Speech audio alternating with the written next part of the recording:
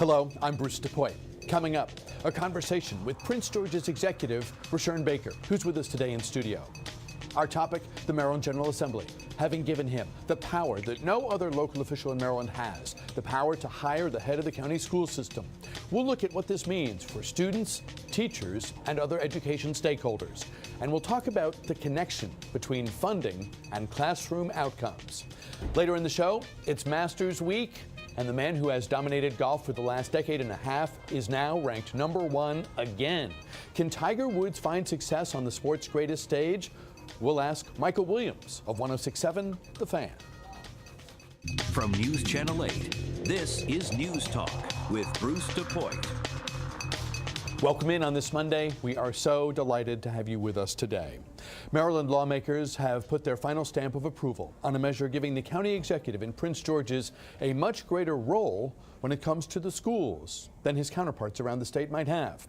Rushern Baker's request late in the session caught many off guard, and it led to a short but very intense debate in the county and in Annapolis. The bill now on its way to Governor O'Malley's desk is not the measure Mr. Baker put forward, but it is historic and it does mean change. County Executive Baker joins us now. Thank you very much for coming in. It is Thank you for having me. Great to have you with us. And it must be said, you have achieved what you sought out to get. Just a few short weeks ago, you and I were talking on this program about a proposal that you wanted the Assembly to, consider and adopt.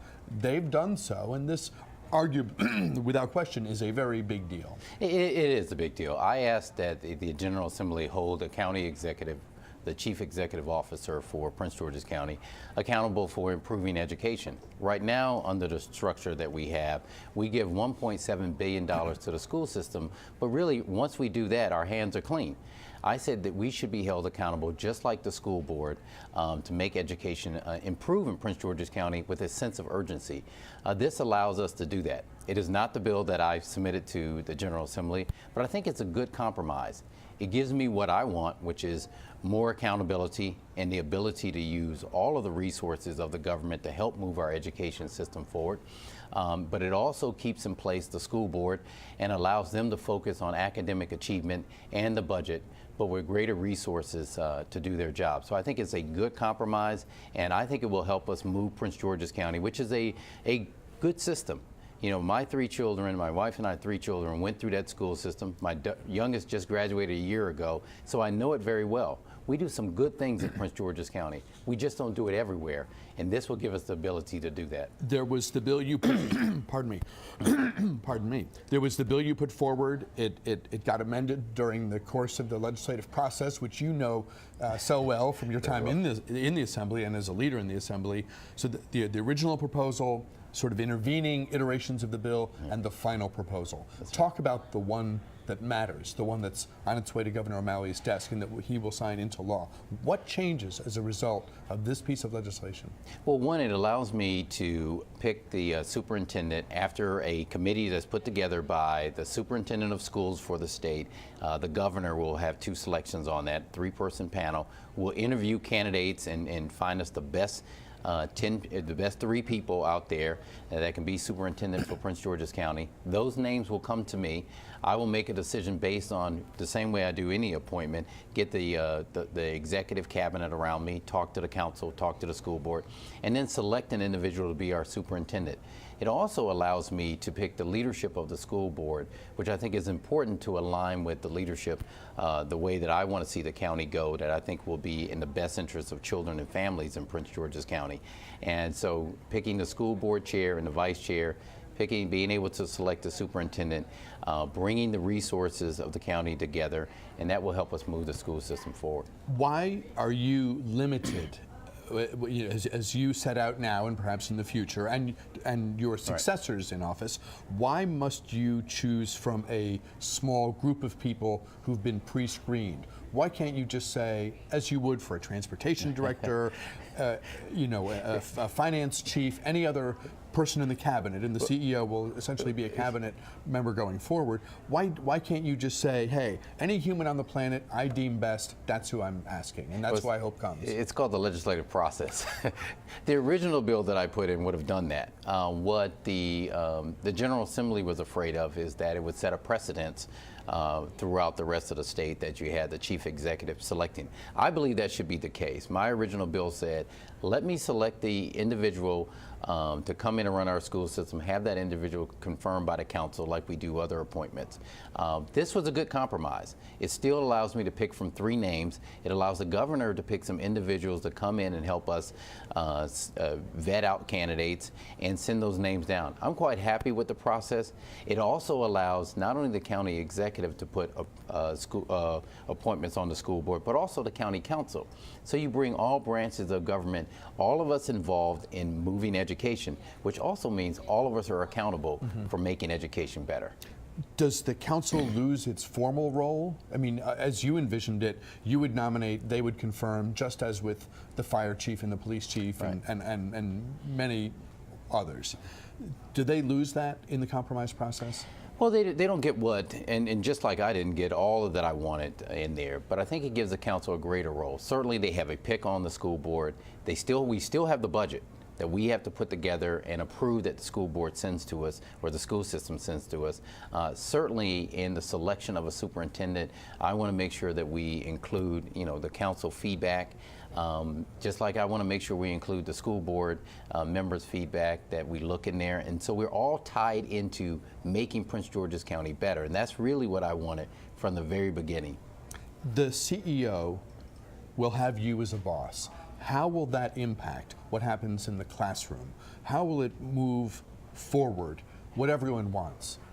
That bar of classroom achievement and of each young person in the county reaching their fullest potential. Well, let me just correct a couple of things. One, the CEO will still report to the school system. I will select that person, but the school board will still be responsible for managing that person.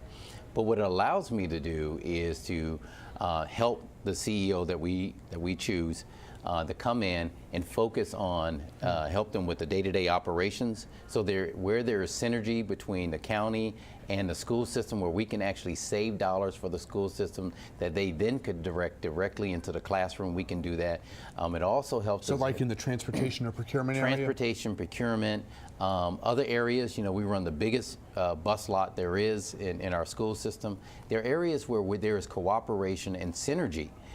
We have a big initiative that you know about, is our Transforming Neighborhoods initiative, where we focus on those 6 areas in Prince George's County that have the most needs. Well, there are also schools in those areas that need attention. This will allow us to align our priorities together, so we're making a change. Are you worried that the CEO will not be your subordinate the way every other, I mean, if I hear you correctly, and I think we're all trying to figure out exactly kind of how this thing lines up, but as I hear, trying to listen to what you're saying, you've got a finance chief, you've got a police chief, right, transportation, board of public works, Right.